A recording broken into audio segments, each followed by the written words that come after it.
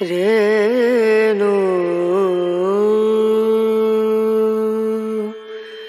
Rana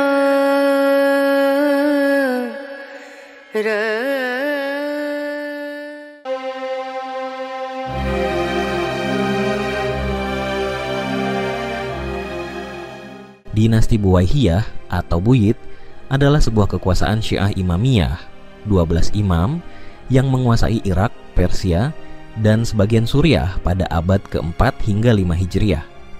Mereka berkuasa di bawah kekhalifahan Abbasiyah secara nominal, tetapi sebenarnya memegang kendali politik dan militer. Dinasti ini didirikan oleh 3 bersaudara keturunan Persia dari suku Buwaih, Buyah, Ali bin Buwaih, Imaduddin Daulah, Hasan bin Buwaih, Ruknuddin Daulah, Ahmad bin Buwaih, Muizuddin Daulah.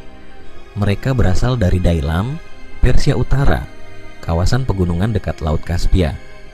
Awalnya menjadi tentara bayaran untuk penguasa lokal di Persia. Ali bin Buwaih merebut Fars, Persia Selatan, pada 934 Masehi. Hasan bin Buwaih menguasai Jibal dan Ray, Iran Tengah. Ahmad bin Buwaih menaklukkan Baghdad, Irak. Pada 945 Masehi, memaksa Khalifah Abbasiyah Al-Mustakfi mengangkatnya sebagai Amirul Umara, panglima tertinggi. Kekhalifahan Abbasiyah tetap diakui secara simbolis, tetapi kekuasaan sepenuhnya di tangan Buwaihiyah. Mereka menggunakan gelar Syahansyah, Raja Segala Raja, ala Persia. Pembagian wilayah di antara keluarga Buwaihiyah, Irak dan Baghdad, pusat kekuasaan, Fars, Shiraz, Jibal dan Rai, Hamadan dan Isfahan.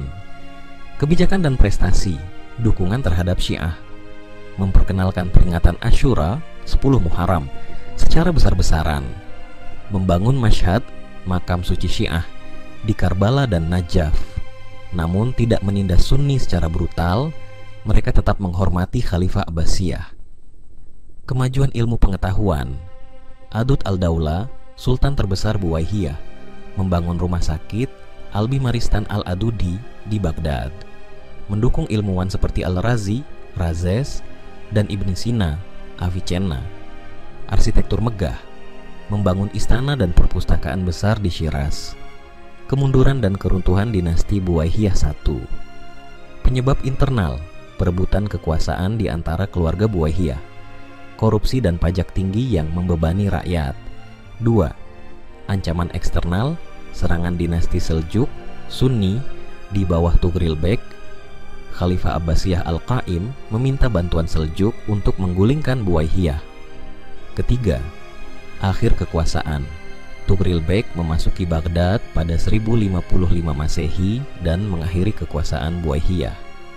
Beberapa cabang kecil Buwaihiyah bertahan di Fars dan Kerman hingga 1062 Masehi, tetapi akhirnya ditaklukkan Seljuk.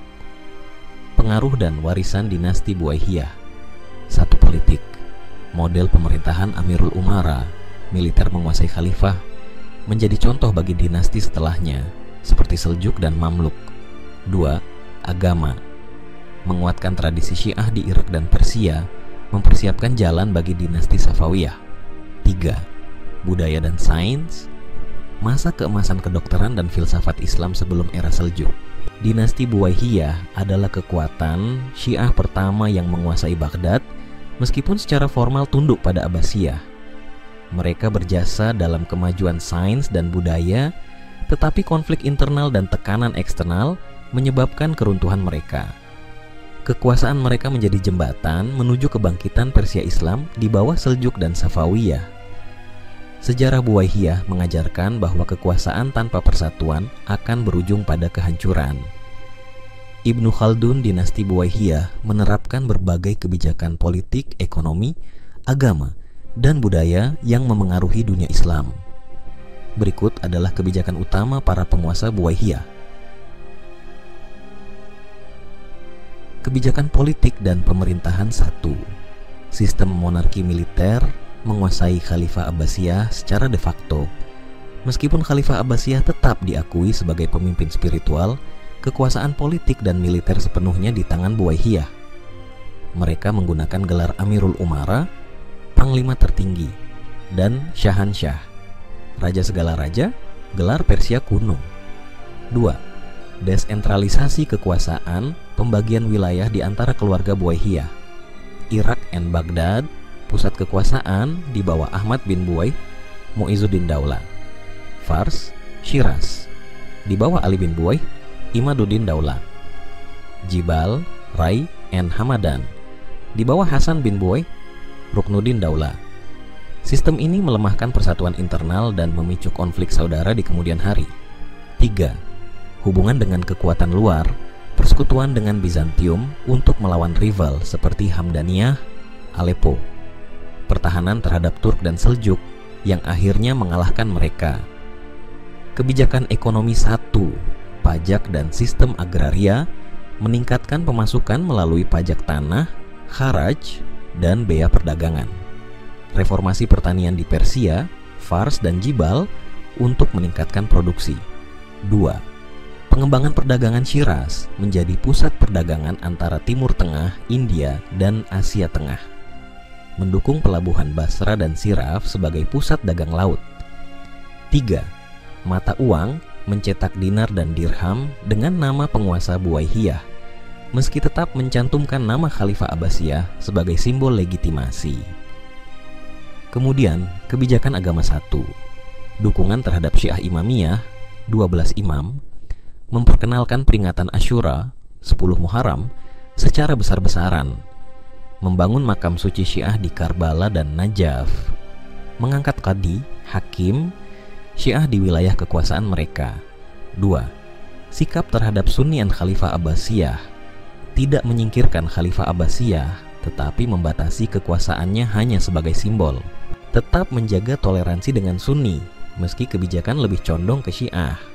3. Perlindungan terhadap kelompok minoritas, Kristen, Nestorian, dan Yahudi diberi kebebasan beragama dengan membayar jizyah. Zoroastrian di Persia tetap diizinkan menjalankan ritual di bawah pembatasan. Kemudian, kebijakan budaya dan ilmu pengetahuan 1.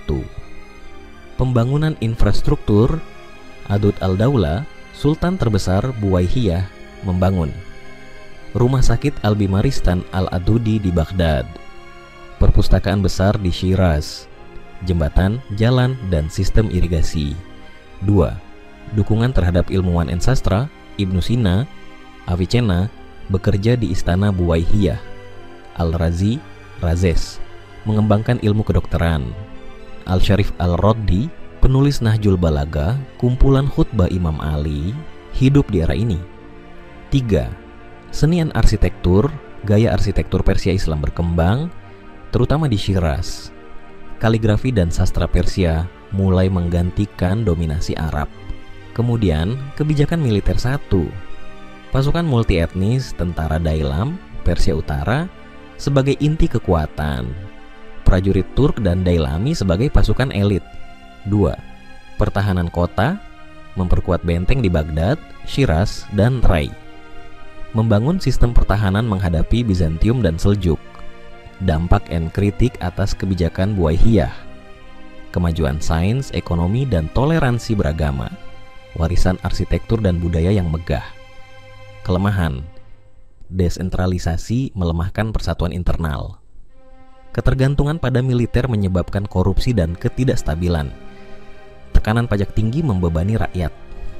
Kebijakan dinasti Buwaihiyah berhasil menciptakan stabilitas sementara dan kemajuan budaya, tetapi kurangnya persatuan politik dan ancaman eksternal, terutama Seljuk, menyebabkan keruntuhan mereka. Warisan terbesar mereka adalah penguatan identitas Syiah di Persia dan kontribusi pada ilmu pengetahuan Islam. Mereka menguasai Baghdad, tetapi gagal menyatukan kekuatan mereka sendiri. Sejarawan Al-Makrizi, dinasti Buwaihiyah 334 sampai 447.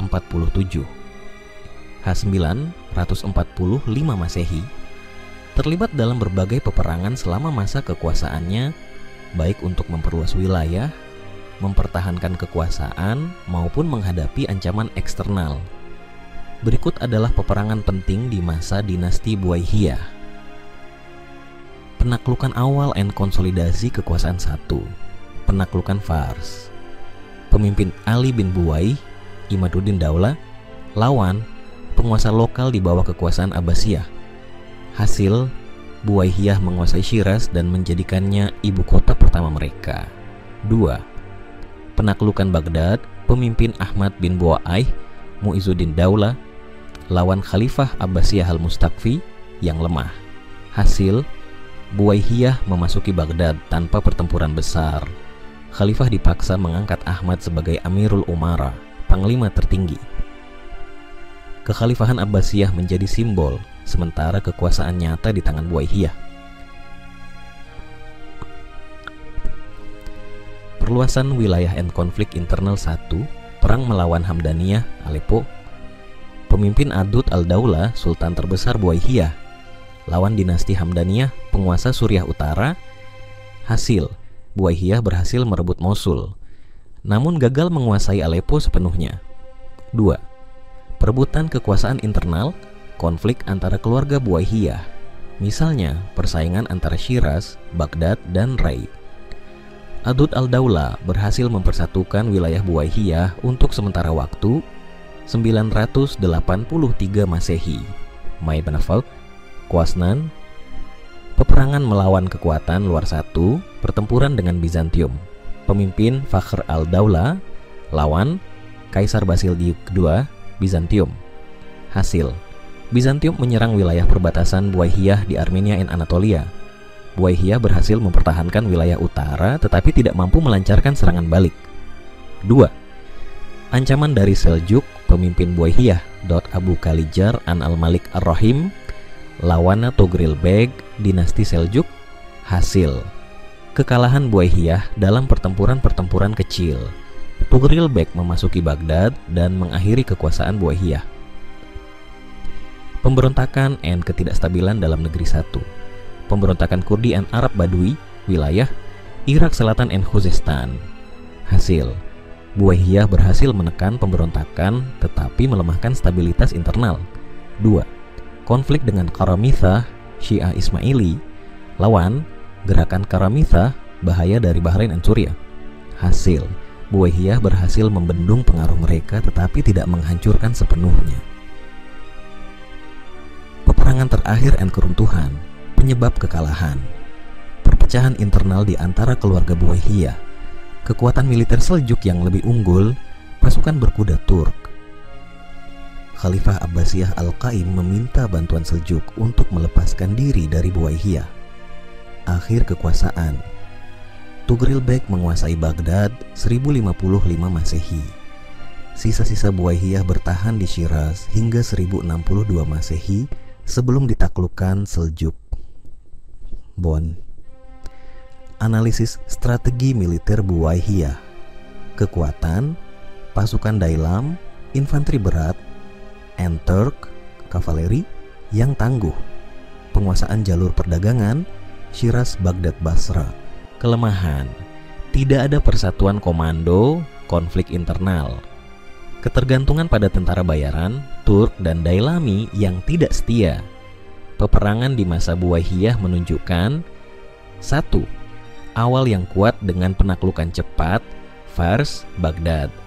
Kedua, ketidakmampuan mempertahankan persatuan karena konflik internal. 3. Kekalahan dari Seljuk karena kelemahan strategi dan persenjataan.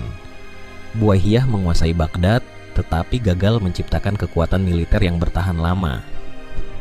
Ibn al-Athir, sejarawan. Dinasti ini akhirnya runtuh karena perpecahan internal dan tekanan eksternal, memberi jalan bagi kebangkitan dinasti Seljuk.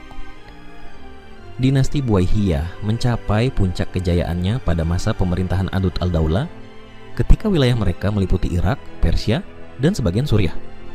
Berikut adalah pencapaian utama di era kemajuan Buwaihiyah.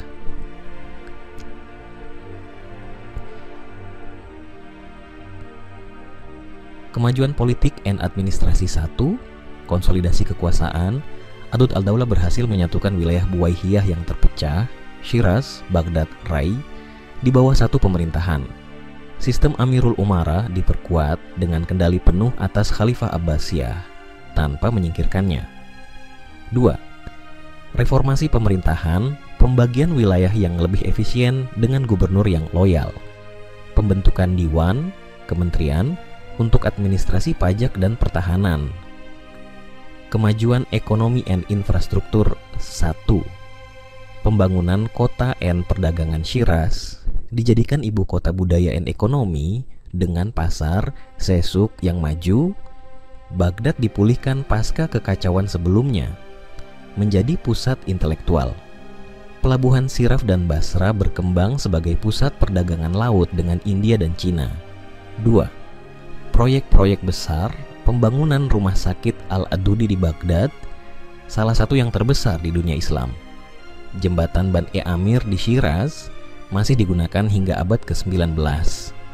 Sistem irigasi untuk pertanian di Mesopotamia dan Persia. Kemajuan ilmu pengetahuan dan budaya 1. Dukungan terhadap ilmuwan Ibnu Sina, Avicenna bekerja di Istana Buwaihiyah dan menulis Al-Qanun fi al-Tib, kanon kedokteran. Al-Razi, Razes, mengembangkan farmasi dan penelitian medis. Al-Syarif Al-Radi menyusun Nahjul Balaghah, kumpulan khutbah Imam Ali. 2. Perpustakaan dan pendidikan. Perpustakaan Besar Shiraz menjadi pusat kajian filsafat dan sains. Madrasah dan majelis ilmu didukung oleh istana. Seni dan arsitektur, kaligrafi dan manuskrip berkembang pesat. Kubah dan arsitektur megah di makam-makam Syiah, Karbala dan Najaf. Kebijakan toleransi dan keagamaan. 1. Dukungan terhadap Syiah tanpa penindasan Sunni, peringatan Asyura, dirayakan secara terbuka. Pembangunan Mashhad, makam suci, di Karbala dan Najaf, tetap menghormati otoritas simbolik Khalifah Abbasiyah Sunni. 2. Perlindungan terhadap minoritas, Kristen, Nestorian, dan Yahudi diperbolehkan beribadah dengan membayar jizyah. Zoroastrian di Persia diberikan kebebasan terbatas. Stabilitas militer dan keamanan. Pasukan elit dalam Turk menjaga stabilitas dalam negeri. Benteng pertahanan diperkuat di perbatasan Bizantium dan wilayah Arab. Aliansi strategis dengan Bizantium untuk melawan musuh bersama, Hamdaniyah. Puncak kejayaan di bawah Adud al-Daula, wilayah terluas dari Laut Kaspia hingga Teluk Persia. Ekonomi stabil, pajak terkendali, perdagangan internasional maju, budaya dan sains mencapai Renaissance Persia Islam sebelum era Seljuk. Adud al-Daula adalah penguasa terbesar Buwaihiyah. Ia membangun negara sekuat besi. Komplis sejarawan Al-Miskawai, faktor penunjang kemajuan satu kepemimpinan kuat, Adud al-Daula. 2. Administrasi terorganisir, diwan, dan gubernur kompeten. 3. Ekonomi berbasis perdagangan dan pertanian. 4. Toleransi beragama yang menjaga stabilitas sosial. Setelah wafatnya Adud al-Daula, perebutan kekuasaan internal melemahkan Buwaihiyah hingga akhirnya ditaklukkan dinasti Seljuk pada 1055 Masehi. Warisan dinasti Buwaihiyah, model pemerintahan militer yang memengaruhi Seljuk and Mamluk, dasar kebangkitan budaya Persia Islam, jalan bagi Safawiyah. Kontribusi sains dan arsitektur yang bertahan hingga abad berikutnya. Masa keemasan Buwaihiyah adalah contoh sukses pemerintahan Syiah yang toleran, menggabungkan kekuatan militer, ekonomi, dan budaya.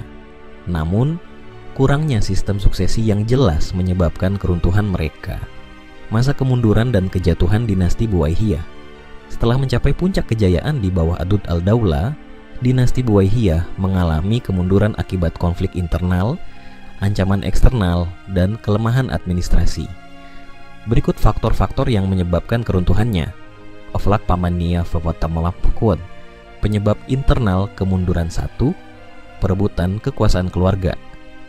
Setelah Adud al-Daula wafat, putra dan keponakannya berebut tahta. Samsam al-Daula vs Syaraf al-Daula.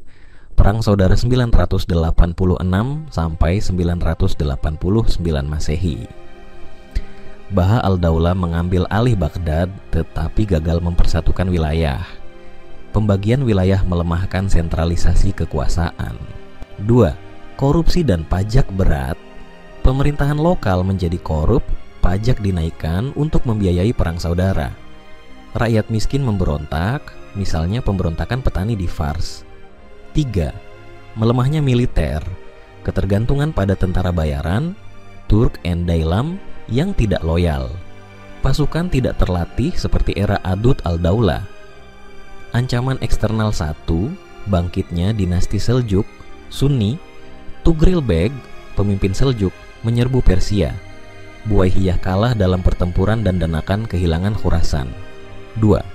Tekanan dari Bizantium dan kelompok Syiah lain. Bizantium menyerbu perbatasan Armenia. Karamithah, Syiah Ismaili, memberontak di Irak Selatan. Ketiga Khalifah Abbasiyah meminta bantuan Seljuk. Khalifah Al-Qaim, Abbasiyah, melihat Buwaihiyah lemah dan bersekutu dengan Tughril Beg, Maitkosten. Runtuhnya dinasti Buwaihiyah I, penaklukan Baghdad oleh Seljuk. Tughril Beg memasuki Baghdad dengan dukungan Khalifah. Al-Malik Al-Rahim, penguasa Buwaihiyah terakhir, ditangkap dan dipenjara. 2. Wilayah-wilayah yang lepas, Fars and Kerman, bertahan hingga 1062 Masehi, tetapi akhirnya ditaklukkan Seljuk. Wilayah Persia beralih ke kekuasaan Seljuk. Warisan dan pelajaran dari keruntuhan Buwaihiyah. Kontribusi pada ilmu pengetahuan, Ibnu Sina, Al-Razi. Model pemerintahan militer yang memengaruhi Seljuk. Pembangunan infrastruktur, rumah sakit, perpustakaan. 1. Persatuan internal penting, perpecahan keluarga menghancurkan dinasti. 2. Militer harus loyal, tentara bayaran tidak bisa diandalkan. 3. Pajak harus adil, pemerintahan korup kehilangan dukungan rakyat. Buwaihiyah runtuh bukan karena serangan musuh, tetapi karena mereka melupakan persatuan.